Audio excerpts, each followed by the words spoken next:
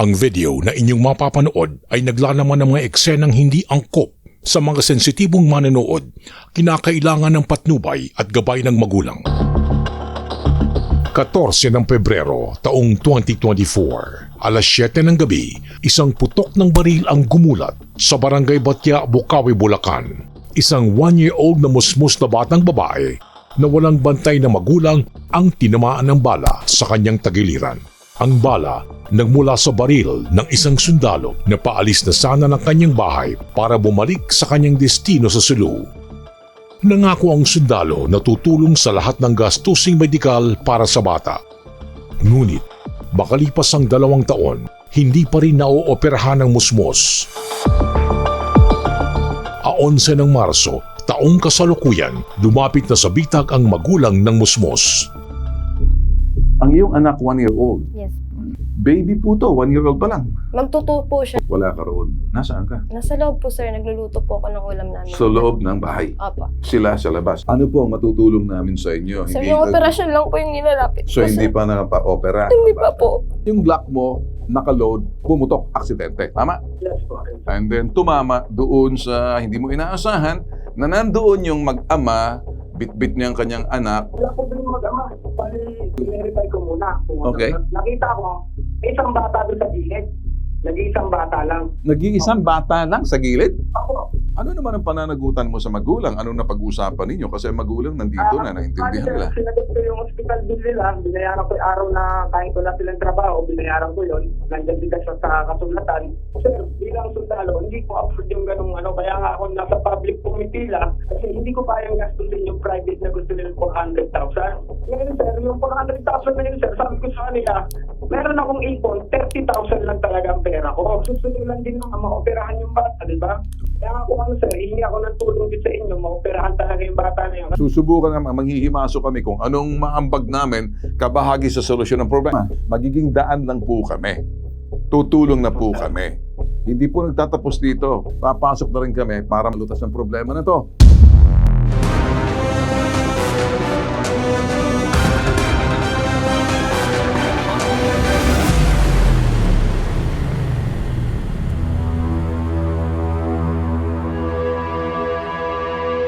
Ang Barangay Batya sa bayan ng Bukawi, Bulacan, may tinatayang halos 46,000 na populasyon ayon sa huling datos ng 2024. At sa loob ng barangay na ito, sa isang eskinita sa St. Martha Village, nangyari ang isang insidente na gumulantang sa mga residente. Nakaraang Pebrero 14, 2024, alas 7 ng gabi, isang musmus na bata na walang nagbabantay na magulang at kasama lamang ay isa ring minor de edad ang tinamaan ng bala mula sa baril na isang sundalo. Agad isinugod sa ospital ang bata. Pero ayon sa mga doktor, dahil sa kanyang kamusmusan, hindi pa ito inirekomendang sumailalim sa operasyon. Ang sundalo hindi tinakbuhan ng responsibilidad at nangakong tutulong sa pagpapagamot ng bata. Ngunit 2 taon makalipas ang insidente, hindi pa rin naalis ang bala sa katawan ng musmus na bata. Ito ang nagtulak sa ina na si Brea Comendador na lumapit sa bitag.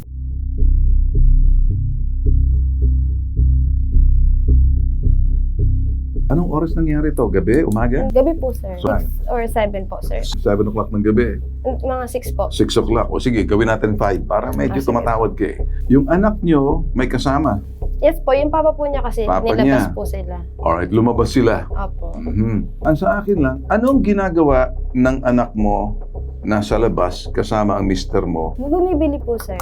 Wala ka roon. Nasaan ka? Nasa loob po, sir. Nagluluto po ako ng ulam namin. Ano po ang matutulong namin sa inyo? Sir, yung operasyon lang po yung nilalapit So ko, hindi sir. pa nakapa-opera? Hindi pa po. Nung pumutok ba yun? Tumingin ka ba kung may natamaan? ano po, bali, verify ko muna. Okay. Nakita ko, isang bata doon sa gilid.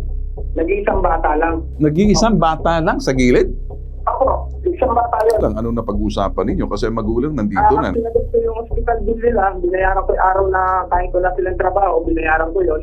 Tapos ang problema ko kasi sir, pang-apat na reklamo na nila sa akin, sir. Nireklamo ko nila ako sa NBI, hiningihan nila ako ng 400,000 pang-opera ng bata. Sir, bilang sundalo, hindi ko afford yung ganung kaya nga ako nasa public pumitila kasi hindi ko kayang gastusin yung private na gusto nila 400,000. Tapos pumunta po sila sa mismong quarters namin. Nagkaano sila na 800,000 naman ang hihingin nila para sa operation ng bata. Pero umiyak na ako doon, sabi ko, wala na akong perang ganyan. 30,000 lang sir, iutang ko pa, sabi ko. Kaya nga po sir, hihingi ako ng tulong din sa inyo, maoperahan talaga yung bata na yun. Ang binabanggit po ng batas yan, you cannot squeeze blood out of a turnip. Kaya hindi kong sabihin, hindi mo naman pwedeng makapiga ng dugo sa isang singkamas. Kasi wala na pong pipigain. In short, kung ano po yung nandyan, pag-usapan na at pagkasyahin, total, pareho pong may willingness na makahanap ng solusyon. Kakausapin ka namin, Private First Class. Nakikita ko naman, ikay nasa sulo, hindi mo sila pinababayaan, sumasagot ka. Susubukan naman, manghihimaso kami kung anong maambag namin, magiging daan lang po kami. Tutulong na po kami. Hindi po nagtatapos dito. Papasok na rin kami para malutas ang problema na to. Agad pinagplanuhan ng Bitag Next Generation ang mga susunod na hakbang. Una, kunin ang pahayag ng sundalo na si alias Robert na kasalukuyang nakadestino sa Holosulu. Sir, kamusta po at nasan po kayo ngayon? Andito naman po ako sa Hulu Pier ngayon, ma'am. Pabiyahe ako ng Zamboanga para pumunta dyan sa Manila. Kasi binigyan lang din ako ng bakasyon nung commander ko para asikasuhin yung kaso na dapat ko daw asikasuhin dyan sa Manila para hindi na humaba. Sabi nila, kung makalapit daw kung kanino ko makalapit, makahingi ng tulong para mabilis maasikaso yung problema ko, ma'am. Sana matulungan ako ni Sir Ben na maoperahan na yan. Wala na rin ako iniisip kasi mahirap din kasi may problema ka, ma'am. Tapos andito kami sa bundok. Tapos kung mag-operate kami, imbis na ang isipin natin yung nasa harapan na lang, mapaisip pa tayo ng problema na naiwan dyan sa Manila. Ang instruction naman po ni Sir Ben Tulfo, ni Bitag, kausapin at makuha yung panig mo. Pero this time, sir, ang gagawin natin personal para makuha namin lahat ng impormasyon.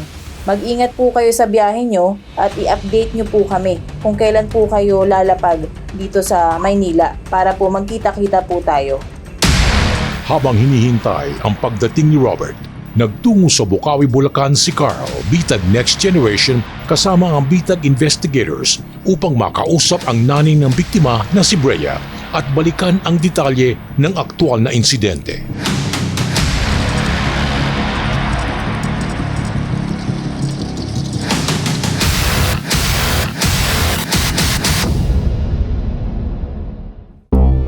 Sa Barangay Batya, napag-alaman ng Bitag na ang nanay na si Brea Comendador ay 5 buwan buntis at isang tindera ng lutong pagkain.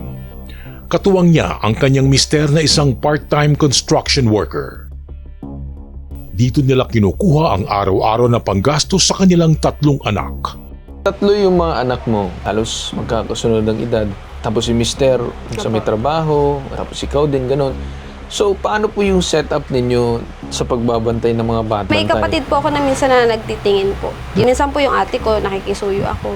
Bantayan yung mga bata. Yun. Pagkahapon po, nakakalabas po sila. Yun nga po yung sabi na napabayaan yung bata sa labas. Kami may lumapag dito, pumunta sa inyo para kausapin kayo at alamin ano ba nangyari. Hindi ko po alam kung ano nangyari sa labas ng araw na yun. Kasi po nasa likod po ako nagluluto. Yung papa po niya kasi yung alam ko na kasama niya na nagtitingin sa kanya nung araw na yon. Ang sabi po pala ni mister ko, pinakisuyo sa pamangkin ko na iwanan mo na dyan kasi naglalaro naman sila dyan kaya bibili daw po siya ng patuka sa manok niya. Tapos po nagulat po ako, kala ko po may pumutok na bote lang. Lumabas po ako, nagulat po ako, tumatakbo yung pamangkin ko, ate, si ate, nadapa. Pagkatingin ko, sir, yung dito niya, tumatagas na, bumubulwak na po yung dugo. Samantala, kahit 2 taon na ang lumipas, sariwa pa rin sa isang kapitbahay ang kaganapan noong gabi nang matamaan ng bala ang musmus na bata. Maghugas ako ng plato, biglang may pumutok. Ang bukang bibig ko kagad, patay, nagpaputok si. Naisip mo ba, ma'am, na baril ito? Or naisip mo ba, ay baka may... Naisip ko po talaga agad barel kasi wala naman pong ibang puputok dito. Sabay labas ko na nun kasi natakot ako. Pagkalabas ko, nakita ko na yung bata nakadapa dyan. Tapos may mga nakakita pa na mga kapitbahay namin na parang may butas na yung damit ni tapos may dugo na. May nakita ba kayo, may naaninag ba kayo na kahit ni isang barel dun sa kanya? Hawak pa niya. Ang sa akin lang, bakit may barel sa area namin na pabahay? Ang daming tao. Dapat walang barel kasi wala dito yung gera. 24 ng Abril, sakay ng isang commercial flight mula Sulu ay dumating sa Maynila ang sundalo na si alias Robert. At sa panayam ng bitag, inilahad niya ang kanyang bersyon sa naganap na insidente. Bali yung baril namin, ma'am, lagi kasi namin dala yan kasi parang asawa na namin. Kasi pag umuwi kami, ma'am, pinapadala talaga sa amin short arm kasi for safety namin din yun kasi nasa Mindanao kami. Hindi naman namin din kilala kung sino yung mga ano namin. May travel permit din kami na pwede kami magdala ng firearm namin. Minsan lang ako lumabas ng bahay talaga kasi yung present reaction kasi namin, yan yung pinakapahinga namin para matulog talaga. Yun ang bawi namin sa katawan namin kasi lagi kami puyat doon. Hindi talaga kami totally lumalabas para gumala. Ang ano talaga namin, magpahinga. February 14. Bali ano na yun, ma'am, gabi na yon. Bali ang tao sa labas, ma'am, kung susumahin, kami lang talaga, pamilya ko kasi paalis na ako noon eh. Tapos na RNR ko, pa-report na sana ako noon. Pasakay na ako ng motor ko, bali may dala akong jungle pack, yung issue namin. Tapos may bag din ako noon na nakalagay dito. Ngayon yung baril ko, ma'am, bukod sa meron akong slim bag dito, nandito rin sa holster. Kasi naka-uniform ako. Ngayon, pag sakay ko ng motor, ma'am, ganyan yung sakay ko. Ganyan. Inangat ko yung paa ko. Ngayon, pag ganyan ko dito, pag apak ko sa bag ko, yung baril ko dito sa holster, dumiretso. Nalaglag dito sa pagitan ng motor tsaka ng gulong. Paglusot niya dyan, pumutok. Bang! Yun lang. Nakita ko, may tama dito sa semento, yung parang may pagkabutas siya onte. May marka, tapos wala doon yung bala. Ibig sabihin, tumalbog siya. Ang nandun lang sa sahig, ma'am, yung baril ko tsaka yung basyo. Yun lang yung nandun. Pero yung pinakaulo niya na tingga, yun ang nawala. Ibig sabihin, tumalbog siya. Ibig sabihin, ma'am, pumutok siya, tumama sa semento, tapos tumalbog. Ngayon, napansin namin, may bata doon sa gilid na isa lang mag-isa tapos nadapa. Doon ko na na-verify na tinamaan yung bata. Una kong ginawa, tawag ako ng barangay, patawag kayo ng pulis. Nagpa-detain ako. Yan, sabi ko, hanggat hindi na sikaso yan, sabi ko, dito muna ako sa kulungan magpa-detain. Ako mismo sumurrender nun, tapos tinurn in ko yung firearm ko. Nakadisgrasya ako, ma'am, kaya nagpa-detain ako eh. Siyempre, para wala sila isipin na tatakbuhan ko sila kung saan ako pupunta. Matapos ang insidente, agad isinugod sa Bulacan Medical Center ang batang biktima. Doon sa Malolos, pagdating, anong sabi ng doktor? Parang pinatigil lang po yung pagdudugo eh. Pero hindi ba daw nila kaya kunin muna yung bala? Sinitiskan po yung bata, hindi daw po kakayanin ng bata. Sabi, palipasin daw po mga ilang buwan, pahilumin daw po muna, tapos saka bumalik. Dahil hindi pa maooperahan ang bata, agad nakipagkasundo ang sundalo sa mga magulang ng biktima. Sasagutin ng sundalo ang lahat ng gasto sa ospital, gamot at mga check-up hanggang sa tuluyang gumaling ang bata. Nakasaad din sa kasunduan na babayaran ng sundalo ang sweldo ng ama habang ito ay hindi makakapasok sa trabaho. Kasama rin sa babayaran ng sundalo ang katumbas na arawang kita ng ina sa kanyang pagtitinda. Nagkaroon kami ng kasunduan. Lahat nung hiningi nila sa akin na demand, binigay ko. Kasi obligasyon ko naman yun. Para katunayan na hindi ko rin sila tatakbuhan sa naging problema ko. Total, gusto lang din naman natin maoperahan yung anak mo. Tulungan mo lang din ako, sabi ko. Ngunit ayon kay Brea, hindi nasunod ang kasunduan. Kaya lumapit siya sa mga politiko upang humingi ng tulong para sa kanyang anak. Hindi ba sila nakikipag-usap? Hindi ba sila nakikipag-cooperate? Anong naging problema? Nakikipag-usap naman po kaso po hindi po sila marunong manindigan kasi. Gagawin po niya, magbibigay po siya. Tapos mahihinto po yun mga after 2 weeks. Tapos pagka kunwari in-update na naman sa barangay, magbibigay na naman po siya. Putol-putol po, kailangan po namin yun sa bata. Okay. Ginawa ko po, kung ayaw ka ako nila, gagawan ko ng paraan sa sarili ko. Kung pwedeng ilapit ko sa iba yung anak ko para sa libre, ayun po yung aning ko. Kung nalaman po nila na humingi po ako ng tulong kay Konse, bakit daw po lumalapit pa ako sa iba, yun po yung inaano niya na nagsusulisit daw po ko sa anak ko. Pinatawag ako ngayon ng konsehal ng Bukawi. Nalabas sila na pinabayaan ko sila. Bakit daw tinakbo ng sundalo? Lahat naman ng hiling nila, pinrovide naman. Gamot, gatas, ng anak na. Tapos, ganun pa yung ginawa nila sa akin. Doon na-verify na salungat talaga sa sinasabi ng babae na tinakbuhan sila at pinabayaan sa ospital. Ang problema ko lang doon, may natatanggap na sila sa akin noon, nanulisit pa sila sa mga kandidato. Kaya doon ako nagalit sa kanila na in-stop ko na. Kasi sabi ko, galing naman na yung bata, ang inaantay na lang natin yung operasyon. Yun din naman ang sabi sa atin doon sa kasunduan. Dahil sa dismaya, dinala ni Brea ang kaso sa National Bureau of Investigation at doon naman niya inireklamo ang sundalo. Pinag-hearing po kami sa NBI eh. Sabi po ng NBI is magbigay ng quotation. Ayun po kasi yung hinihingi nila. Di binigyan ko po sila ng quotation, tapos nakiusap po sila sa akin na kasi malaki nga po yung aabutin ng 400 to 800K po. 1,000? Opo. Bakit ganun kalaki? Hindi ko po din alam eh. Ngayon, pinadala na ako ng supina, ma'am, ng NBI kasi hindi ko kaya yung hinihingi nila 400,000 na ospital. Sabi ko, hanggang 30,000 lang talaga ang kaya ko. Humanap tayo ng public hospital, sabi ko, kasi yun lang ang kaya ko. Sa huli, nagkasundo ang dalawang panig na sa Philippine General Hospital sa Manila ipaopera ang bata. Ano naman nangyari doon sa PGH? Nagkaroon kami ng schedule para maoperahan yung bata. Kaso po nangyari, dahil nga po gawa ng madaling araw namin biniyahe, sinipon. Sabi po ng doktor, hindi daw po pwede na operahan nila ng may sipon kasi tutubuhan nga daw po yung bata. December, second appointment, di ulit na tuloy. Opo. Kasi nakitaan po siya ng pulmonya. Susunod na operasyon dapat. Ano nangyari? Hindi na naman po natuloy kasi binulutong naman po siya. Ang naramdaman ko na sa laging cancel yung operation, parang may mali. Lagi na lang tuwing may operasyon, lagi may sakit yung bata. Kasi na-readjust kasi nagkakasakit. Kung hindi bulutong, merong sipon yung bata. Siyempre, opportunity na sana yun na maoperahan. Kung gusto lang din talaga ng magulang na maopera, alagaan sana yung anak. Pero parang nakahalata ako na tuwing malapit na operasyon, parang napapabayaan yung bata na para ma-cancel talaga yung ma-reschedule ulit yung operasyon ng bata. Kaya doon, medyo nakakahalata ako kasi parang napapabayaan na nila. Kinuha rin ng bitag ang pahayag ni Maris Bas, ang barangay VAUSI officer na humawak sa kaso ng musmus na bata. Sa aking idea, bakit ang 1-year-old at the time na anong oras nangyari, bakit nasa labas pa ang bata? So may kapabayaan. Unang-unang welfare ng bata, kung ano ang sitwasyon ng bata. Kasi minsan, nagagamit ang bata, yung kalagayan ng bata. In short, parang gusto niya pera talaga. Direktahan tayo, arangkahan tayo. Pera lang kakailangan doon. Ano pa ba ang hinahanap mo? Andyan na lahat. Pag humingi siya, magpapadala. Yung nakasama ni sundalo, sinusuportan sila. Sana magtulungan na lang silang dalawa. Tapusin. Kasi kung mayroon man tayong hinihiling na isang bagay, iset aside muna natin yon. Ang mahalaga, maoperahan na yung bata. Higit 2 taon mula nang mangyari ang insidente, hindi pa rin naalis ang bala sa katawan ng musmos.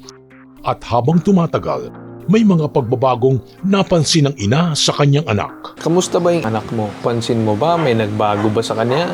Naging mainitin po yung ulo niya, parang irritable po siya sa katawan niya. Dati takbo ng takbo, maligalig po talaga siya. Tapos ngayon, tahimik na lang bigla, ganun po. Pagka naman po kumikirot, sisigaw lang po siya, masakit. Samantala, ayon naman kay Dr. Deborah De Los Reyes, isang internal medicine specialist at miyembro ng Philippine College of Physicians, mahalagang maalis agad ang balang naiwan sa katawan ng musmos. That is already a signal na kailangan na talaga nilang i-refer yung bata sa surgeon para matanggal na yan kasi hindi titigil yung pain na yan habang nandyan yung bala. Siguro yung behavioral problem ng bata, yes, it can also cause dahil nga dun sa kanyang lead na nakaka-apekto dun sa kanyang nerves. May mga effect yung lead kasi sa learning ability at saka yung behavior din talaga ng bata. That definitely the child needs assessment of the surgeons, pediatric surgeons. The retained bullet in the body, elsewhere in the body, especially in the bone, can really affect the growth, lalo na sa mga batang tulad niya. Or kahit na sa mga adult, kapag na-retain yung bala na yon, it can also cause yung tinatawag na mga infection of the bone, yung osteomyelitis. So, kapag nag-disseminate yung infection na yon, maaaring maka-apekto rin sa mga ibang organs ng katawan natin. But leaving a bullet in a child's pelvic bone can really cause a serious and long-term complications tulad ng mga infections, lead toxicity, and growth problems sa isang bata. Sa nangyayari ngayon sa amin ng magulang, hindi naman totally kami naapektuhan dyan kundi yung bata. Total, lumapit na rin sila kay Sir Ben Tulfo sa Bitag. Lumalapit na rin ako na sa pamamagitan ng programa na to, matulungan din ako maoperahan yung bata kasi yung bata ay nagiging kawawa sa sitwasyon namin. Dahil kapwa residente ng Bulacan si Brea at ang sundalo, umabot kay Bulacan Governor Daniel Fernando ang insidente. Kaagad na ipinatawag ng gobernador ang magkabilang panig. I talked to staff of Ben na makausap kita. Gusto ko makikakwentuhan ka tungkol dito. Yes. Doon pa rin nakadistino, Mindanao pa rin. Naka-relieve po ako ngayon, sir. Pagbalik ko, sir, ilipat ako ng Basilan, sir. Because of this. Yes po, sir. Wawa ka naman. Kaano yung bata? Bali, anak lang ng kapitbahay, sir. Yung bata, sir, nasa labas. Anong oras? Mga alas 7 na yun, sir. Mga alas 8. Oh, hating gabi, may bata. Yes, sir. Nandun sa mismong parang eskinita, sir. Anong tulong hinihingi mo? Ilapit ko po sana, sir, na maoperahan na po yung bata. Kasi yun po yung laging nareklamo sa akin, sir. Para matulungan ka, Yes. marami ng gastos mo. Yes po, Okay, sir. wala namang problema. Nilapit mo sa atin sa Bulacan Medical Center. Tinawagan ko na yung doktor ko, yung doktor namin, yung head. I-assess na lang ngayon, i-x-ray, i-CT scan, titinan kung ano yung posisyon ng bala, kung nasaan. Pero i-assess muna yan. Hindi basta gagalawin yan. Titinan muna na nila kung ano bang alamin ng doktor, ano bang sitwasyon, ano ba nangyari doon sa bala ngayon, di ba? Of course, pagdating sa BMC, zero balance ka. Maraming Kasi salamat po, sir. kami na bahala, ako na bahala doon. Para matulungan natin pa kayo parehas. Ikaw at saka yung bata lalo. Ha? Yes po, sir. Kasapin kayo magulang. Halika. Ano pangalan niya? Masakit daw dito, masakit minsan, masakit ba? Ha? Masakit niya daw. Kaya na ka na maoperahan yan. Maapektuhan yung buto, hindi makalakad yung bata. Ayun po yung inaagapan namin, sir. Kaya nga. Siya naman yung willing mo. Ba't ako tutulong din ako sa'yo? Naawa ako sa bata, maliit pa naman. Siyempre, kinakailangan matulungan natin agad yan.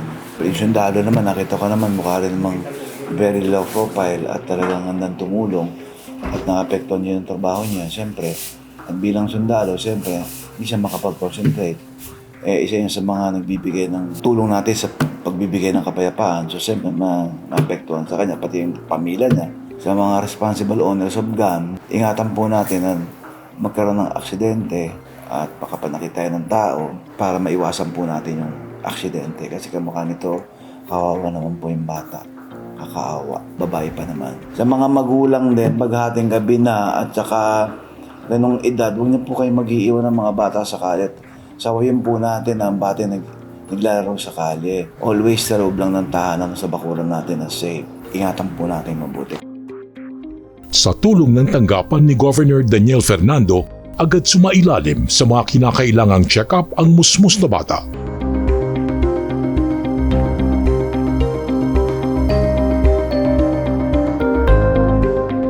At nito lang May 13, 2026, isang magandang balita ang natanggap ng bitag.